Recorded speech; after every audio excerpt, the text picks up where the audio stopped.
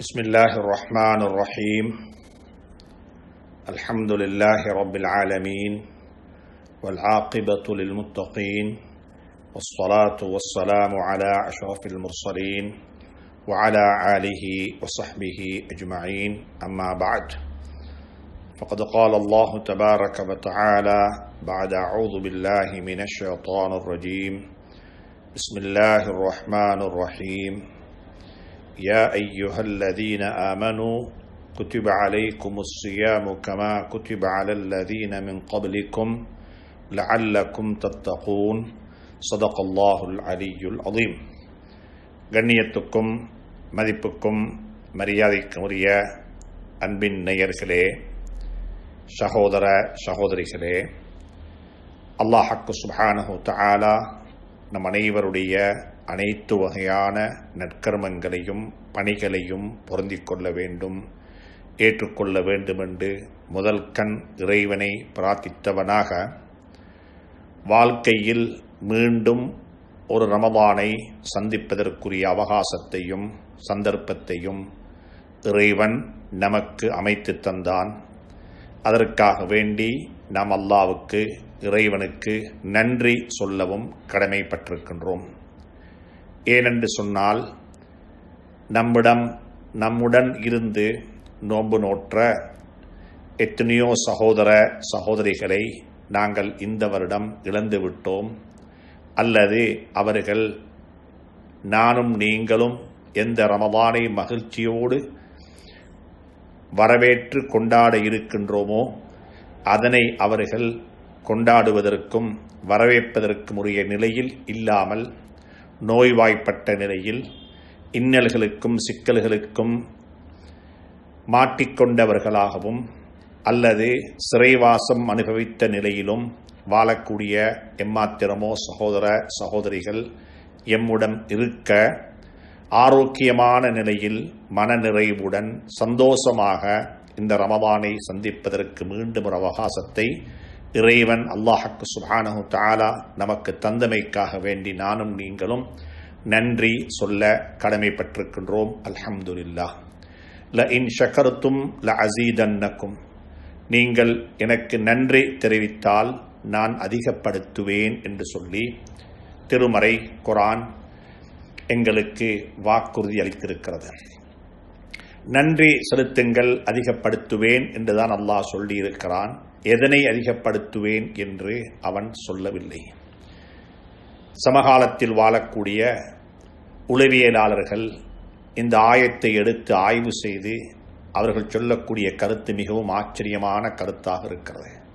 நீங்கள் நன்றி செலுத்தினால் நான் அதிகப்படுத்தக்கூடியது என்ன தெரியுமா? வாழ்க்கையில் சந்தோஷத்தை அதிகப்படுத்துவேன். வாழ்க்கையில் மகிழ்ச்சி, வாழ்க்கையில் சந்தோஷம், வாழ்க்கையில் பேரின்பம், இவைகளை நான் அதிகப்படுத்துவேன் என்பதைத்தான் அல்லாஹ் சுப்ஹானஹு தஆலா அதிகப்படுத்துவேன் என்று சொன்னான். எதை அதிகப்படுத்துவேன் என்று சொல்லவில்லை.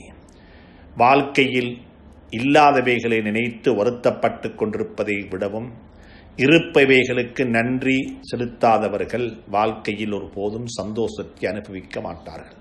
எனவே இருப்பவைகளை நினைத்து, அடைந்து கொண்டவைகளை நினைத்து, சந்தர்ப்பம் கிடைத்திருப்பதை நினைத்து நாங்கள் அல்லாஹ்வுக்கு ஒவ்வொரு நாளும் நன்றி சொல்ல கடமைப்பட்டிருக்கின்றோம். அதனால் தான் ஒவ்வொரு நாளும் காலையில் எழும்பும் பொழுது, நித்திரையிலிருந்து விழிக்கும் பொழுது எங்களுக்கு எங்களுடைய தலைவர் சர்தாரே ஆலம் முஹம்மது ஸல்லல்லாஹு அலைஹி வஸல்லம் சொல்லித் தந்திருக்கக்கூடிய ஒரு துஆ மிகவும் ஆச்சரியமான துஆ. நாங்கள் ஒவ்வொரு நாளும் காலையில் என்ன சொல்லுகின்றோம்? எழுந்ததும் பல் துலக்குவதற்கு முன்னால், உது செய்வதற்கு முன்னால், படுக்கையிலிருந்து எழும்பி எங்களுடைய சுய தேவைகளை பூர்த்தி செய்து கொள்வதற்கு முன்னால் முதலாவது சொல்லக்கூடிய வார்த்தை என்னவென்று சொன்னால், அல்ஹம்துலில்லாஹ், இறைவனுக்கே எல்லா புகழும், வாழ்க்கையில் இன்னும் ஒரு நாளும் எனக்கு கிடைத்து விட்டது. அல்லதி அஹ்யானி பஅதமா அமாதனி. சுப்ஹானல்லாஹ். என்னை மௌத்தாக்கி இருந்தான், என்னை மௌத்தை கொண்டு சோதித்தான். நான் நித்திரையில் இருந்தேன் என்றால் அது ஒரு சின்ன மௌத்து, சின்ன மரணம், அதிலிருந்து என்னை மீண்டும் எழுப்பாட்டி எனக்கு இன்னும் ஒரு நாளை அவன் தந்திருக்கின்றானே, அவனுக்கே எல்லா புகழும் என்று சொல்லிவிட்டு சொல்லுகின்றோம். எப்படி தூக்கத்திலிருந்து நாங்கள் இப்பொழுது எழும்பி இருக்கின்றோமோ, இதே போன்று ஒரு நாள் நாங்கள் மௌத்துக்கு பின்னாலும் எழுப்பாட்டப்படுவோம். இலைஹின் நுஷூர், அவனின் பக்கமாக நாங்கள் திரும்பி போவோம் என்பதையும் ஞாபகப்படுத்திக் கொள்கின்றோம். எனவே இந்த சந்தர்ப்பத்தில் நாங்கள் இறைவனுக்கு அதிகமாக நன்றி சொல்ல கடமைப்பட்டிருக்கின்றோம். வாழ்க்கையில் மீண்டும் ஒரு ரமலானை ஆரோக்கியமான நிலையில் சந்திப்பதற்கு அல்லாஹ் அவகாசத்தை தந்திருக்கின்றான். அன்புக்குரிய நண்பர்களே, சகோதரர்களே, ரமலான் என்பது வெறுமனே 30 சஹர்களும் 30 இஃப்தார்களும் உள்ளது அல்ல. அப்படி யாராவது நினைத்தால் அது தவறு. 30 நாட்களுக்கு நோன்பு நோக்க வேண்டும், 30 நாளுடைய நோன்பை திறக்க வேண்டும். இது மட்டுமல்ல ரமலான். ரமலான் என்று சொல்லும் பொழுது அதற்குள்ளே இன்னொரன்ன பல விடயங்கள் அடங்கி இருக்கிறது என்பதை மறந்து விடாதீர்கள். முதலாவதாக, ரமலான் என்று சொல்லும் பொழுது 150 வக்து தொழுகைகள் அதற்குள்ளே மறைந்திருக்கிறது. ஒவ்வொரு நாளும் தொழக்கூடிய ஐவேளை தொழுகைகள் ரமலானுடைய மாதத்திலும் இருந்து கொண்டுதான் இருக்கிறது. ஐவேளை தொழுகைகளை ஜமாஅத்து தவறாமல் ஆரம்ப வக்தில் தொழ பழகிக்கொள்ள வேண்டும். 30 ஜுசு குர்ஆனையும் குறைந்த பட்சம் ஒரு நாளைக்கு 1 ஜுசு குர்ஆனாவது ஓதி முடிக்க வேண்டும். 20 தராவீஹ்கள் தொழுது முடிக்க வேண்டும், தொழ வேண்டும்.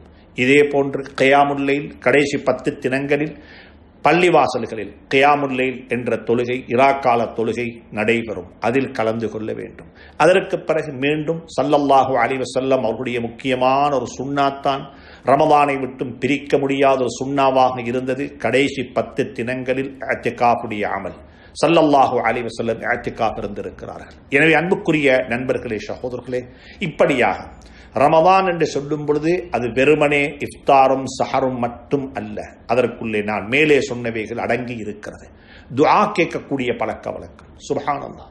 ஒவ்வொரு தொழுகைக்கு பிறகும் சுயமாக 5 நிமிடங்கள் உட்கார்ந்து தன்னுடைய தேவைகளுக்காக வேண்டி, தனக்காக வேண்டி, தன்னுடைய குழந்தைகளுக்காக வேண்டி, தன்னுடைய பெற்றோருக்காக வேண்டி, தன்னுடைய மனைவிக்காக வேண்டி, மனைவி மக்களுக்காக வேண்டி, அதே போன்று அகிலத்தாருக்காக வேண்டி, நம்மை விட்டும் பிரிந்து இறையடி சேர்ந்து மன்னரை வாழ்க்கை வாழ்ந்து கொண்டிருக்கக்கூடிய நல்லடியார்களுக்காக வேண்டி அல்லாஹ்விடத்தில் கையேந்தி துஆ கேட்பது, கண்ணால் கண்ணீர் சிந்துவது, அவரிடத்தில் மண்டாடுவது, சுப்ஹானல்லாஹ், ரமலானுடைய ஒரு பகுதியாக இருக்கட்டும்.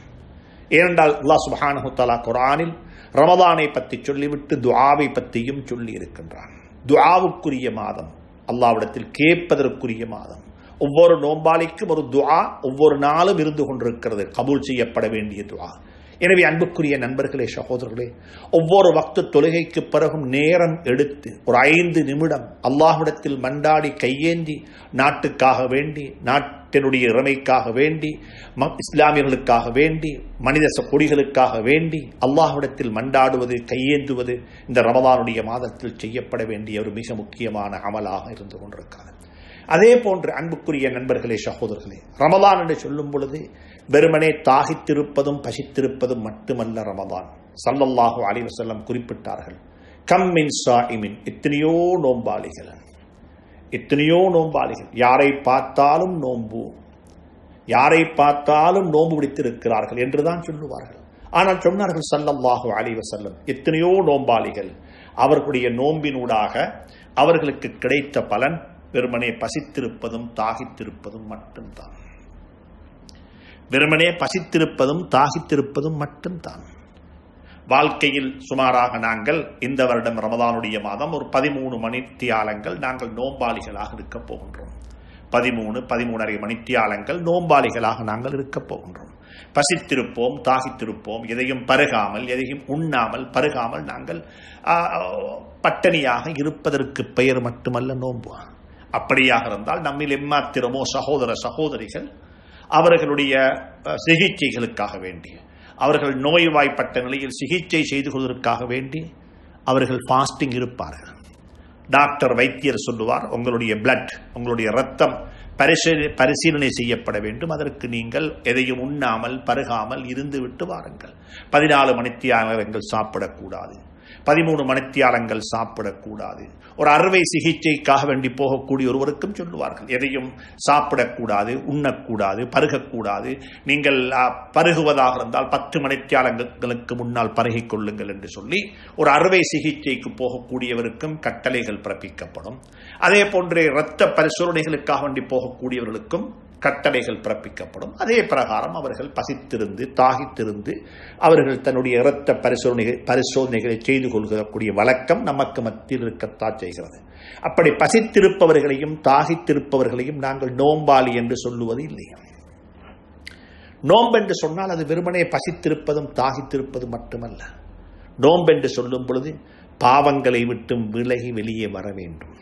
நன்மைகளை அதிகப்படுத்துவதை விடவும் பாவங்களை விட்டும் நாங்கள் வெளியே வர வேண்டும். சுப்ஹானல்லாஹ். குடும்ப உறவுகளை துண்டித்துக் கொண்டு வாழக்கூடியவர்களுக்கு என்ன ரமதான்? குர்ஆன் நேரடியாக சபித்திருக்கக்கூடிய பாவங்களில் ஒன்றுதான் குடும்ப உறவை துண்டித்து வாழக்கூடியவர்கள். குடும்ப உறவுகளை துண்டித்து வாழக்கூடியவருடைய ரமதான் நோன்பு பசியாக தாகமாக மட்டும் இருக்கட்டும். நோம்பினூடாக எது கிடைக்க வேண்டுமோ அதை நிச்சயமாக அவர்கள் அனுபவிக்க மாட்டார்கள். தன்னுடைய ஈகோவை, அதாவது தனக்கென்று இருக்கக்கூடிய தன்னுடைய கர்வத்தை விட்டுக் கொடுக்க முடியாதவன் பசித்திருந்து தாகித்திருந்து என்னதான் பிரயோசனம்? குடும்பங்களுக்கு மத்தியில் ஒற்றுமை கிடையாது. குடும்ப உறவுகளை துண்டித்து வாழுகிறார்கள். நானாவுடன் தம்பி, தம்பியுடன் நானா, பெற்றோர்களுடன் குழந்தைகள், குழந்தைகளுடன் பெற்றோர்கள், மாமியுடன் மருமகள், மாமாவுடன் மருமகன் கோபித்துக் கொண்ட நிலையில், ஒருவரை ஒருவர் புறக்கணித்த நிலையில், ஒருவருடைய வீட்டுக்கு ஒருவர் போகாத நிலையில் இருந்து கொண்டு நாங்கள் நோன்பு நோக்குகின்றோமா? இந்த நோம்பினால் எதைத்தான் நாங்கள் அடையப் போகின்றோம்? இந்த நோம்பினால் எதுதான் எங்களுக்கு கிடைக்கப் போகிறது? குர்ஆன் நேரடியாக சபித்திருக்கிறது. வல்லதீன யக்தஊன மா அமரல்லாஹு பிஹி அன் யூஸல், யாரையெல்லாம் சேர்ந்து வாழும்படியாக நாங்கள் உங்களுக்கு கட்டளை பிறப்பித்தோமோ அவர்களை எல்லாம் யார் பிரிந்து துண்டித்து வாழுகிறார்களோ அவர்கள் உலாயிக அலைஹிமுல் லஅனா, அவர்களின் மீது சாபம் உண்டாகட்டும். வலஹும் சூஉத்தார், அவர்களுக்கு கெட்ட வீடு இருக்கிறது. சுப்ஹானல்லாஹ். எனவே அன்புக்குரிய நண்பர்களே, சகோதரர்களே, மிக வினயமாக சொல்லுகின்றேன், நோன்பு பிடிக்கப் போகின்றோமா? திட்டமிட்டுக் கொள்ளுங்கள். நோன்பை வரவேற்பதற்கு ஆயத்தமாகிக் கொண்டிருக்கிறோமா? நாங்கள் எப்படி வரவேற்க வேண்டும்? பாவங்களை விட்டும் பரிசுத்தமான நிலையில், பாவங்களுக்கு தௌபா செய்து கொண்ட நிலையில், பாவங்களை விட்டும் வெளியே வந்த நிலையில், சுப்ஹானல்லாஹ், உறவுகள் ஹராமான உறவுகளை வைத்துக் கொண்டு, ஹராமான உறவுகளை பாதுகாத்துக் கொண்டு, ஹராமான உறவுகளை எல்லாம் வாழ்க்கையில் கனவு கண்டு கொண்டு பசித்திருப்பது தாகித்திருப்பது என்ன லாபத்தை தான் கொண்டு வந்து சேர்க்கும்? உதாரணமாக வைத்துக் கொள்ளுங்கள். ஒரே ஹராமான உறவு ஒரு வாலிபனுக்கு, ஒரு யுவதிக்கு, அல்லது திருமணம் முடித்தவர்களுக்குத்தானாக இருக்கட்டுமே, ஒரு ஹராமான உறவை வைத்துக் கொண்டிருக்கிறார்கள். ஒரு ஹராமான உறவை வளர்த்துக் கொண்டிருக்கிறார்கள். இது கூடாது. பெற்றோருக்கு துரோகம் செய்வதும் கூடாது, மனைவிக்கு துரோகம் செய்வதும் கூடாது, இறைவனுக்கு துரோகம் செய்வதும் கூடாது. ஹராமான முறையில் எந்த ஒரு உறவும் இஸ்லாத்தில் அனுமதிக்கப்பட்டது அல்ல. ஒரு ஹராமான உறவை வைத்துக் கொண்டு ஒருவர் நோன்பு நோக்கப் போகின்றார். நான் கேட்குகின்றேன், ஆகுமாக்கப்பட்ட உணவைத்தான் எனக்கு நான் ஹராமாக்கிக் கொண்டேன் ஒரு சில நிமிடங்கள், ஒரு சில மணித்தியாலங்களுக்காக வேண்டி. ஆகுமாக்கப்பட்ட பானங்களை எனக்கு ஹராமாக்கிக் கொண்டேன் நோன்புக்காக வேண்டி ஒரு சில மணித்தியாலங்களுக்காக வேண்டி. ஆனால் ஹராமாக்கப்பட்ட உறவை நான் ஹலாலாக்கிக் கொண்ட நிலையில் நோன்பு நோக்கப் போகின்றேன். ஹராமாக்கப்பட்ட ஒரு உறவை ஆகுமாக்கிக் கொண்டவனாக அதை விட்டு எனக்கு வெளியே வர முடியாது. வேண்டுமென்றால் பசித்திருக்கிறேன், வேண்டுமென்றால் தாகித்திருக்கிறேன், ஆனால் அந்த ஹராத்தை விட்டு எனக்கு வெளியே வர முடியாது என்ற நிலையில் இருந்து கொண்டு, அந்த ஹராமான உறவை வளர்த்து கொண்டு, அந்த ஹராமான உறவுகளுக்கு ரமதான் முபாரக், ரமதான் கரீம் என்று வாட்ஸ்அப்பினூடாக, SMS-இனூடாக, ஃபேஸ்புக்கினூடாக அவர்களுக்கு செய்திகளை சொல்லிக்கொண்டு நாங்கள் நோன்பு நோக்கப் போகின்றோமா? அன்புக்குரிய நண்பர்களே, சகோதரர்களே, கவனத்தில் கொள்ளுங்கள். கொஞ்சம் சிந்தியுங்கள். என்னுடைய நோன்பு எனக்கு எதைத்தான் கொண்டு வந்து சேர்க்கப் போகிறது? நோன்பை திட்டமிட்டுக் கொள்ளுங்கள். நோன்பை திட்டமிட்டுக் கொள்ளுங்கள். ஒரு திட்டமிடப்பட்ட நோன்பு, ஆரோக்கியமான நிலையில் நாங்கள் நோன்பை சந்தித்திருப்பது போன்று திட்டமிடப்பட்ட நிலையில் இந்த நோன்பு என்னுடைய வாழ்க்கையில் இருக்கக்கூடிய பாவங்களை எல்லாம் அழித்துக் கொண்டு போக வேண்டும். பாவ மன்னிப்பு மட்டுமல்ல, பாவ மன்னிப்புகள் மட்டுமல்ல, பாவங்களை எல்லாம் இந்த நோன்பு என்னை விட்டு அழித்துக் கொண்டு போய்விட்டது. பாவமில்லாத மனிதனாக என்னை மாற்றிவிட்டது. பாவத்தை என்னுடைய வாழ்க்கையில் கசப்பாக்கி விட்டது. பாவத்தை என்னுடைய வாழ்க்கையில் எனக்கு ஒரு கஷ்டமான விடயமாக மாற்றிவிட்ட ரமதானாக இந்த ரமதானை நாங்கள் ஆக்கிக்கொள்ள வேண்டும். எனவே அன்புக்குரிய நண்பர்களே, சகோதரர்களே, அல்லாஹ்விடத்தில் கையேந்துங்கள். யா அல்லாஹ், நன்மையான கர்மங்கள் செய்வதற்கு ஆசை ஆர்வத்தை நசீபாக்குவாயாக. நன்மையான கர்மங்களின் மீது மோகத்தை நசீபாக்குவாயாக. பாவத்தின் மீது வெறுப்பை நசீபாக்குவாயாக. பாவத்தை கசப்பாக்கி வைப்பாயாக. பாவத்தை கஷ்டமாக்கி வைப்பாயாக என்று சொல்லி இறைவன் ஹக்கு சுப்ஹானஹு தஆலாவிடத்தில் நானும் நீங்களும் துஆ கேட்பதற்கு, பிரார்த்தனைகள் செய்வதற்கு கடமைப்பட்டிருக்கின்றோம். எனவே அன்புக்குரிய நண்பர்களே, சகோதரர்களே, சஹருடைய நேரத்தில் நாங்கள் இருந்து கொண்டிருக்கின்றோம். உண்மையிலேயே பயான்கள் கேட்பதற்குரிய நேரம் அல்ல, பயான் செய்வதற்குரிய நேரமும் அல்ல. இது இறைவனிடத்தில் கையேந்தி பாவ மன்னிப்பு தேட வேண்டிய நேரம். வபில் அஸ்ஹாரி ஹும் யஸ்தக்ஃபிரூன். அல்லாஹ் சுப்ஹானஹு தஆலா முத்தகீன்களை பற்றி சொல்லுகிறான், இறை நேசர்களை பற்றி சொல்லுகிறான். அவர்களுடைய செயல்பாடுகளில் ஒன்றுதான் வபில் அஸ்ஹாரி ஹும் யஸ்தக்ஃபிரூன். சஹருடைய நேரத்தில் அவர்கள் அல்லாஹ்விடத்தில் பாவ மன்னிப்பு தேடுவார்கள், இஸ்திக்ஃபார் செய்வார்கள்.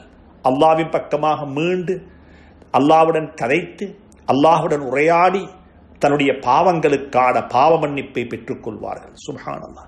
தன்னுடைய பாவங்களுக்கு பாவ மன்னிப்பு தேடுவது போன்று ஏனைய மனிதர்களுடைய, ஏனைய முஸ்லீம்களுடைய, ஏனைய முஃமின்களுடைய பாவங்களுக்கும் அல்லாஹ்விடத்தில் அவர்கள் பாவ மன்னிப்பு தேடுவார்கள். அல்லாஹ் சுப்ஹானஹு தஆலா சர்தாரே ஆலம் தாஜுல் மதீனா முஹம்மதுர் ரசூலுல்லாஹி ஸல்லல்லாஹு அலைஹி வஸல்லம் அவர்களை பார்த்து பணிக்குகின்றான், அவர்களை பார்த்து சொல்லுகின்றான், வஸ்தக்ஃபிர் லஹும்.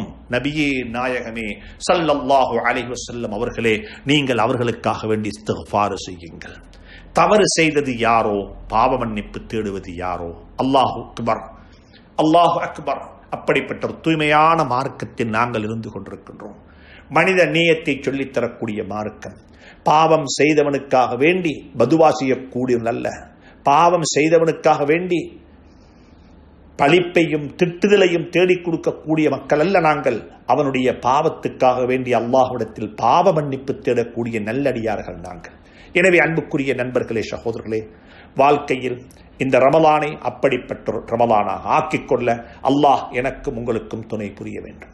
கடைசியாக உடையத்தை சொல்லி இந்த சஹர் சிந்தனையை முடிக்கலாம் என்று நினைக்கிறேன். அன்புக்குரிய நண்பர்களே, சகோதரர்களே, பெரியவர்களே, ரமலானுடைய மாதத்தில் நாங்கள் மிக முக்கியமாக கவனிக்க வேண்டிய ஒரு விடயம்தான் ஆரோக்கியமான உணவு பழக்க வழக்கம். ஆரோக்கியமான உணவு பழக்க வழக்கம் எங்களுடைய சமூகத்தை பொறுத்தவரையில் பல வகையான ஆய்வுகள் குறிப்பிடுகிறது. முஸ்லிம் சமூகத்தில் இருக்கக்கூடிய நோயாளிகளுடைய விகிதாசாரம் அவர்களுடைய சனத்தொகையை காட்டிலும் அதிகம் என்பதாக. எத்துணை வீதம் என்று சொல்லி குறிப்பிடுவதற்கு நான் கூச்சப்படுகின்றேன். அதை பற்றி ஆய்வுகள் செய்திருக்கிறார்கள்.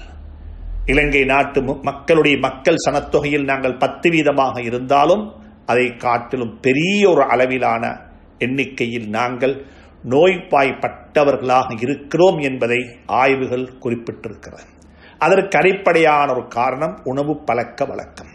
எங்களுடைய உணவு பழக்க வழக்கத்தை நாங்கள் ஆரோக்கியமான ஒரு உணவு பழக்கமாக மாற்றிக்கொள்ள வேண்டும். வயிறு நிறைய சாப்பிடுவது,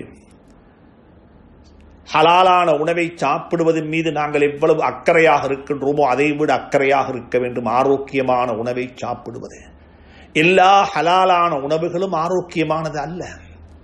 எல்லா ஹலாலான உணவுகளும் ஆரோக்கியமானது அல்ல. ஆரோக்கியமான ஒரு உணவு பழக்க வழக்கத்தை நாங்கள் ஆக்கிக்கொள்ள வேண்டும். ஏனென்றால் ரமதானுடைய மாதம் வந்துவிட்டால் தேக பயிற்சி என்பது இல்லாமல் போய்விடும். தேக பயிற்சி என்பது இல்லாமல் போய்விடும். காலையில் சந்திக்கக்கூடிய, காலையில் நாங்கள் எழுந்து வரவேற்க வேண்டிய சூரியன், அந்த சூரியன் அதாவது சூரிய வெளிச்சத்தை நாங்கள் படித்திருக்கின்றோம். பாடசாலைகளில் நாங்கள் சொல்லிக் கொண்டிருக்கின்றோம். காலையில் வரக்கூடிய சூரியனுடைய கதிர்கள் விட்டமின் D உருவாக்கும் என்று சொல்லி அது கட்டாயம் தேவை என்று நாங்கள் சொல்லிக் கொள்கின்றோம். ஆனால் ரமதான் அல்லாத காலத்திலும் இஸ்லாமிய பெண்களை பொறுத்தவரையில் காலை சூரியன் என்பது அவர்களுக்கு கிடைப்பது மிக குறைவு.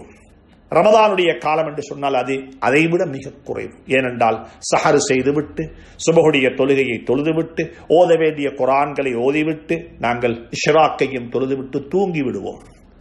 அதற்கு பிறகு எழுந்து பார்த்தால் 10 மணியாகத்தான் இருக்கும். அப்படிப்பட்ட பழக்க வழக்கங்கள் எங்களுடைய ஆரோக்கியமான வாழ்வுக்கு மிக எச்சரிக்கை. ஆரோக்கியமான வாழ்வுக்கு அவைகள் பெரிய சவாலாக இருக்கும் என்பதை மறந்து விடாதீர்கள். அதே போன்று இரவு நேரம் தூங்க வேண்டும். இரவு நேரம் தூங்க வேண்டும். அல்லாஹ் சுப்ஹானஹு வ தஆலா இரவை படைத்திருப்பது உறங்கிக் கொள்வதற்காக வேண்டி, தூங்குவதற்காக வேண்டிய. வஜஅல்னல் லைல லிபாஸா. அல்லாஹ் சுப்ஹானஹு வ தஆலா இரவை பற்றி குர்ஆனில் பலவிதமாக பாராட்டி புகழ்ந்து பேசி இருக்கின்றான். பகல் காலங்களுக்கு ஒரு வேலை இருக்கிறது, இரா காலங்களுக்கு ஒரு வேலை இருக்கிறது.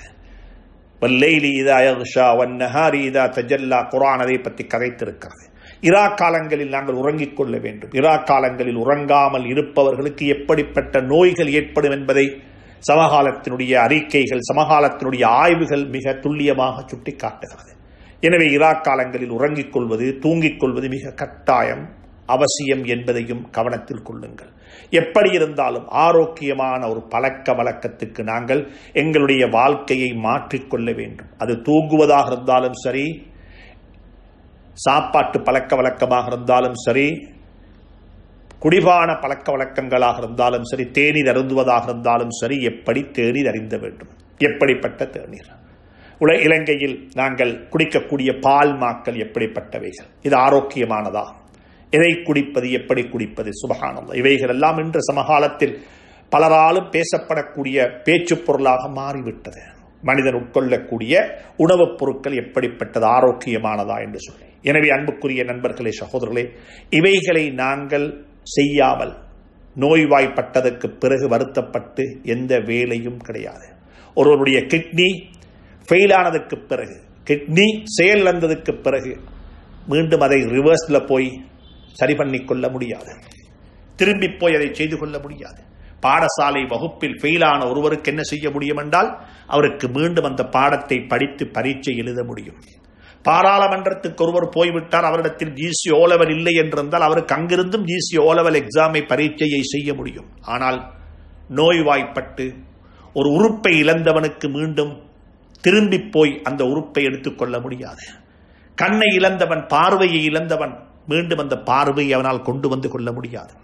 இப்படியாக பழக்க வழக்கங்களை மாற்றிக்கொள்ளாவிட்டால், ஆரோக்கியமான பழக்க வழக்கங்களின் பக்கமாக எங்களை நாங்கள் திருப்பிக் கொள்ளாவிட்டால் நாங்கள் வருத்தப்பட வேண்டி வரும், கஷ்டப்பட வேண்டி வரும் என்பதை மிக உறுதியுடன் ஞாபகமூட்டிக் கொண்ட நிலையில் நம் அனைவருக்கும் ஆரோக்கியமான, ஆபியத்தான, ஹைர்கள் நிறைந்த ரமதான் கிட்ட வேண்டும்.